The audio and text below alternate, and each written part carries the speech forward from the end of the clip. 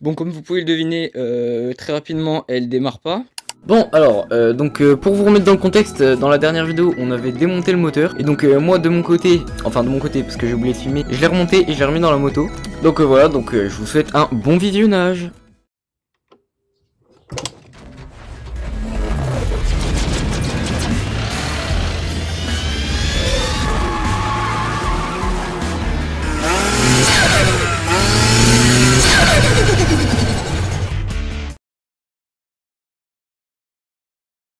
J'ai le même problème que juste avant que je démonte le moteur. En fait, il y a des moments où le moteur se bloque. Genre ça se bloque à l'intérieur quand je démarre à la poussette, la roue arrière se bloque, mais vraiment elle drift, genre c'est une dinguerie. Et des fois ça le fait plus. Du coup, en premier temps, je m'étais dit que ça venait de l'allumage parce que des fois quand je mettais des chassés dans l'allumage, ça repartait. Oui, on est sur de la mécanique de pression toujours. Sauf que j'ai démonté l'allumage et il y avait toujours le problème. Du coup, j'ai démonté le moteur entier et quand il restait l'embrayage et la boîte, le seul truc que j'avais pas démonté, ça rebloquait encore. Donc je me suis dit, ok, ça vient de la boîte. Bon, et pour ceux qui voient pas ce que ça veut dire bloquer, guetter, j'ai fait un snap. En fait, je voulais faire un snap en mode ouais, elle remarche et tout, la boîte elle bloque plus.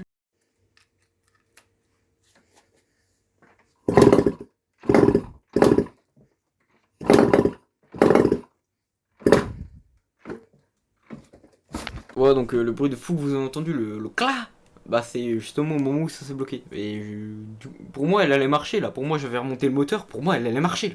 Du coup, j'ai remonté tout le moteur et tout. J'ai racheté le roulement, je l'ai remonté. J'ai toujours le même problème. Du coup, c'était pas parce que je pensais que c'était une petite poussière ou un truc comme ça qui s'était mis entre deux dents de la boîte et que c'est pour ça que ça bloquait. Mais du coup, c'était pas ça parce que quand je l'ai démonté, j'ai rien trouvé. Donc, visiblement, ça vient d'un problème matériel. Sauf que, du coup, il me dit ça peut peut-être pas venir de la boîte parce que quand je monte la boîte, tout marche nickel.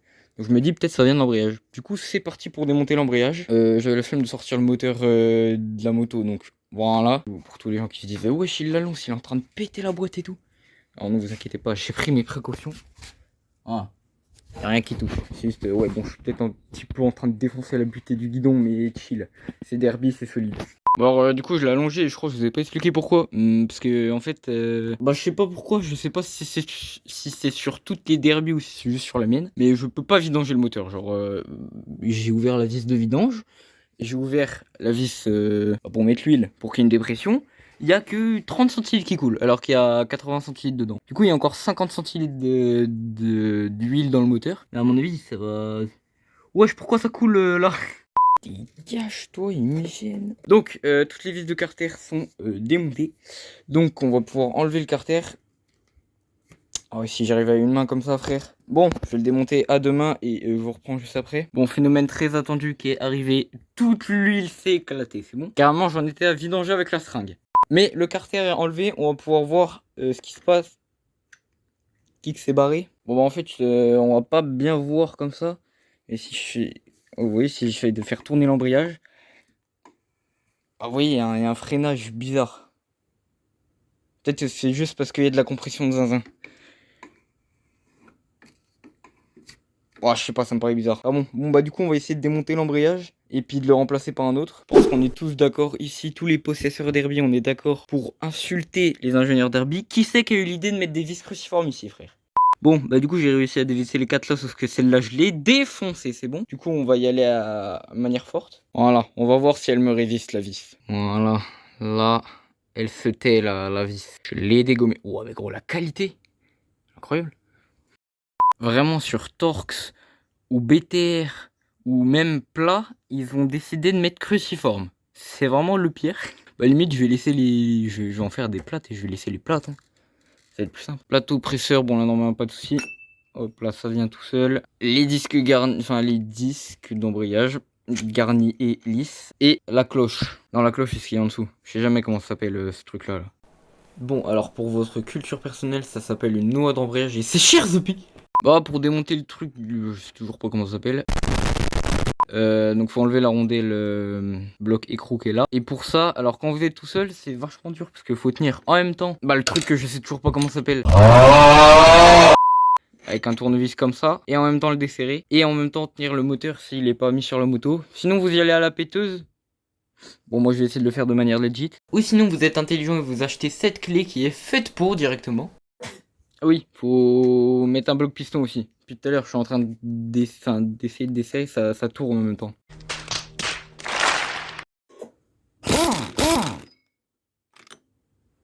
Voilà. Bon, du coup, je l'ai enlevé de manière legit, comme vous avez pu le constater. En vrai, j'ai une raison, ça. J'ai essayé de le faire de manière bien. Je me suis éclaté le bras, d'accord? Je suis en sang. Et je pèse mes mots. Bref, du coup, maintenant on peut enlever ça. Alors n'oubliez pas, il n'y a pas de rondelle ici. Voilà, je vous ai fait une feinte. Je sais toujours pas comment ça s'appelle. Faudrait que je regarde quand même. Mais vraiment la flemme. Ouais, il y a une rondelle. Et ça, c'est la cloche d'embrayage. En fait, gaffe, il y a une bague au milieu. Et hop, et puis là, on peut voir qu'on a plus grand chose. Il y a ce pignon là, mais bon, à mon avis, ça va pas venir de ce pignon là, ni de celui-là.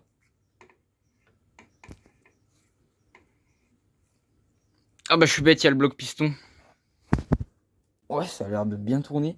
Pas du tout, vraiment, je sens qu'il y a un freinage ici. Ok, problème réglé.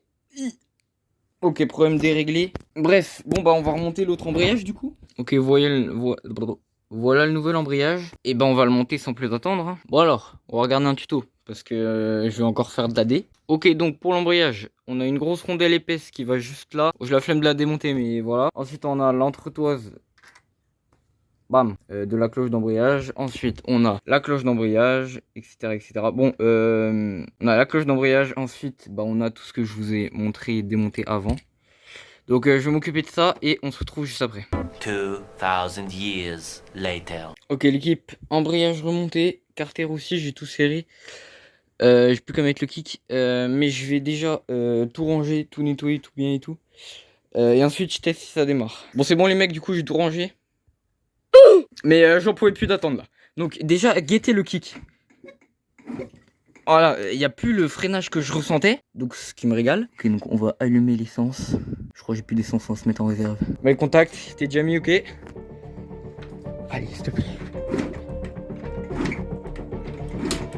Bon, je vais reprendre quand ça aura démarré parce que ça va démarrer. Et kick à une main, c'est pas simple. Ok équipe. Ça démarre pas. Mais je sens qu'elle va démarrer, vraiment. Genre, on entend le bruit, le quand on démarre la poussette. Oui, j'imite très bien les bruits de derby, oui. Donc, à mon avis, c'est parce qu'il n'y a pas d'étincelles. Donc, on va tester s'il y a des étincelles. Ok, votre expert mécanique est là. Il y a des étincelles. Mais en vrai, je sais pas, c'est bizarre. Il y en a pas des. Elles sont pas grosses et il y en a pas beaucoup. Donc, on va changer l'allumage parce que j'en ai 4. Donc, vraiment, on est large. Oui, on fait des diagnostics, des bons diagnostics ici. Ok, j'ai bien fait de démonter l'allumage. J'ai capté pourquoi ça marche pas. Bon, là, vous dites, wesh, c'est quoi ce truc?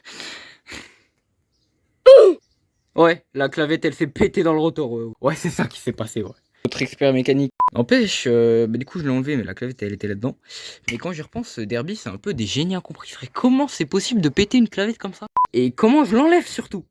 Ouais, donc c'est la fin de la première journée. Parce que je vous avoue, quand j'ai vu ça, je me suis dit, oh vas-y, je verrai ça plus tard. Donc du coup, je sais plus, parce que ça fait assez longtemps que j'ai tourné en vrai la vidéo. Mais donc du coup, j'avais le seum, la motivation elle était plus trop là. Mais je suis revenu plus tard, plein d'espoir, prêt à en découdre avec la mécanique.